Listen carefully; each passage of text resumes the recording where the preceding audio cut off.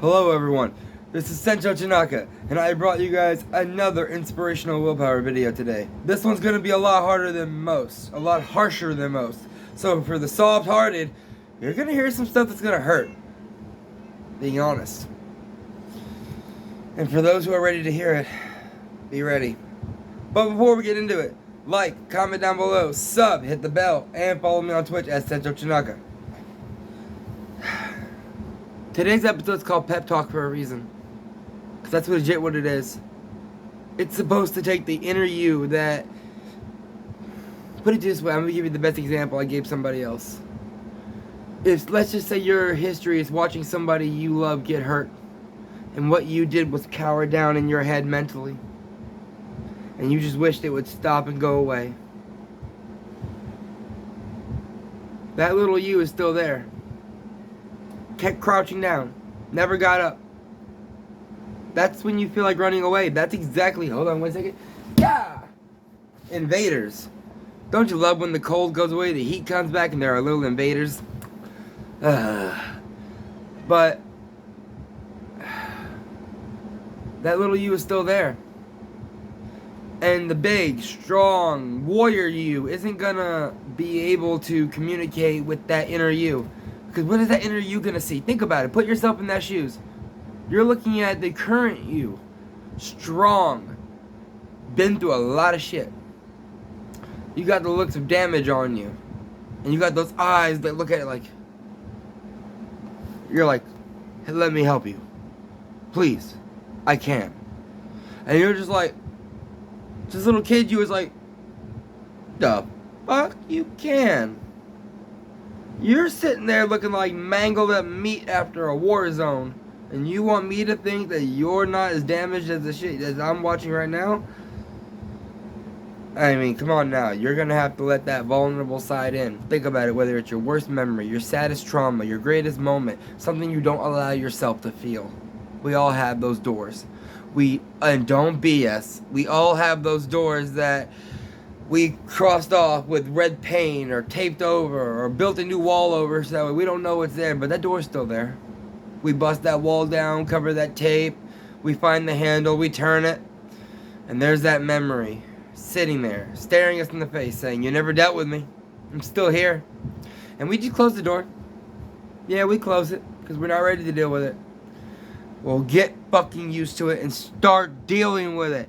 That is the doorway to you. That is the doorway to the inner you that has been sitting there and sitting there and sitting there, waiting for you, the outer you, to say, hey, I'm ready to grow past this.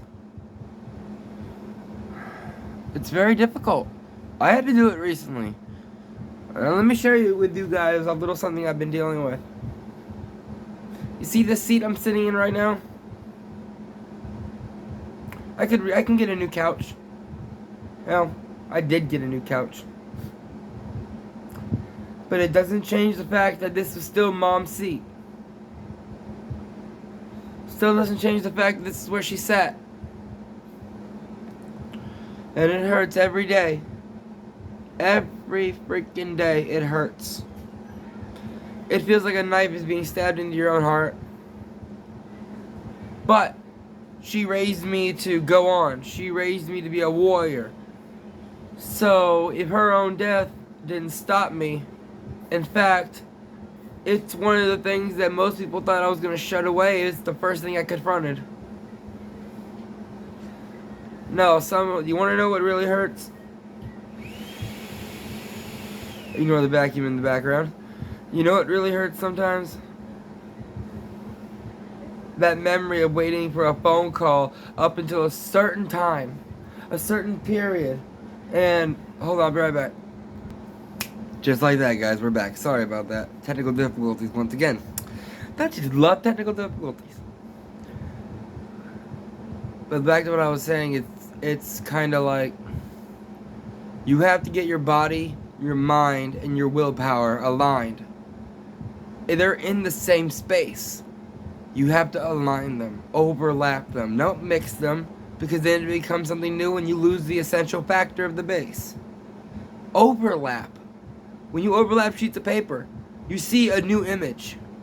You don't lose the original images. You just see between the new ones. And here's where the hard part. Start taking responsibility for when you fuck up. Yeah, I said it. I do. If I make a big, horrendous choice like I almost did a couple months ago when I almost pushed my family away, I had to own up to my mistake. I had to look myself in the face and say, you, see this person right here? See this person that starts off right here and goes all the way around? That person right there, you are responsible for your own tragedies coming to you, because if you wouldn't have done the dumb shit you did, the cause and effect wouldn't have taken the turns it took. It's a hard pill to swallow. It's bigger than a NyQuil pill. Really big.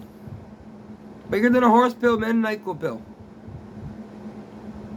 It's the hardest pill to swallow. It's your pride that really, you have the pride pill. It's one of the things where, yes, comes with pride, comes great feeling, and sometimes an even bigger ego polish. But it also comes with cement responsibility shoes that bear you down to reality. They weigh you down to your choices. If you chose to save money, well, you chose to save money. That's good for you, but don't bitch about what you ain't got. If you chose to spend money, you look rebellish in what you got. But you know what? Don't sit there and complain of what you lost. Everything costs something to get somewhere.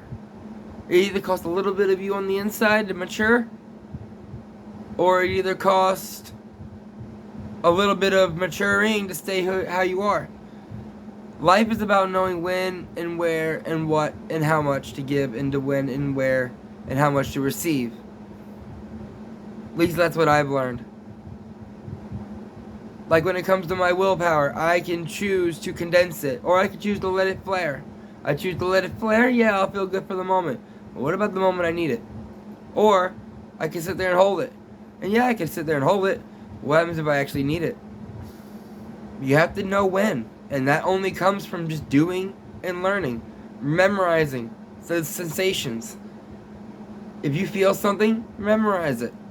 And if you liked it, really liked it, what did you like about that feeling? These are questions in details. Life is in the details. You really have to sweat the details. And I don't mean sweat them as in go overly, excessively compulsive about it. What I'm talking about is, take a second, breathe. See right there? I just took a second to breathe on camera. Yeah, the video went on a bit longer, but who cares? I feel good. I feel good. Let's take another breath.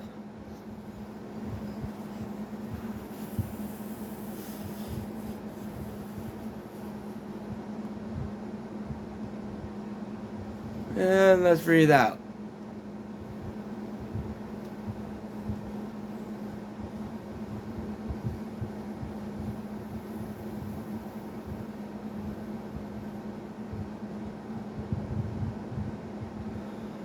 See, I feel more at center. I can see everything more center.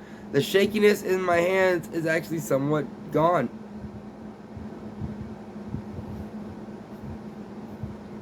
I pulled my willpower. Just like how you see on the inside of a tent, the lines that go here, here, here, here, and here to the point. And you pull all that in. That's exactly what I do with my willpower. I pull it to the inside of myself.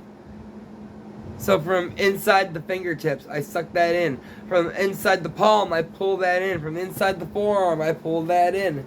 And it just comes to the center of the chest. And even at the center of the chest, you think that's as far as it goes? No. You can micro-size that ball of willpower and store it. Meditation helps. And meditation is not just the typical crap. And that's not crap, but if it really helps you, go ahead and do it. But that's not the stuff I'm talking about. What I'm talking about is, like, say you're in the car, building, and a song you really like comes on, and you're just catching yourself go, psh, And everything just seems slower. The buildings look more detailed. Your life is more in your mind's eye view. You're talking to yourself because you're thinking to yourself, which is still talking to yourself. You're actually having a conversation with the inner you on a conscious level. There you go. You're tapped into your own willpower at a conscious level and you don't even notice it consciously. Now, what would you do if you were able to just do that at, say, whenever? Wouldn't that be amazing? Mind, body, and willpower, spirit. Willpower is not key, like I said. It's not the kind of strength that you use when you're swinging a baseball bat. Or when you look at your son and go, failure. No, it's not that. It's not key. Willpower is... Oh, perfect example, and I love Stephen Heath for this. Shout out to Stephen Heath for this because he's freaking amazing. The fact that the one time an Asian dad said, son, I'm proud of you. That kind of energy. That Asian dad has beat his son down the entire life. But the moment his dad say proud of him, he come back up with greater power. Like anime protagonist. That's what I'm trying to say. You gotta find that one thing in your life that makes your goosebumps have goosebumps and memorize that feeling and pull it inside. Store it for another day. Because it won't go nowhere, it won't shrink, it won't erode over time, and it won't be gone when you look there again. It'll still be there, the very as vibrant, strong, and pulsating as the day you put it away. And when life has said, I'm done with this one, I'll move on to the next one, you grab it by the collar and say, I didn't hear no bell. Do you see what I'm getting at? We don't slow down here. We get better. And I want to see every single one of you guys get better in the comments. And I want you guys to answer me this one question before we end this video. What is the one thing in your life that you have worked really, really, really hard for? And it may have took you a couple times to get it. It may have taken you a hell of a long time to get it. But you got it. Tell me in the comments. I'll see you guys next time. This has been Senchou Chanaka. Like, comment down below, sub, hit the bell icon, and follow me on Twitch at Senchou Chanaka. Don't slow down. Get better, folks. Stay safe. Peace.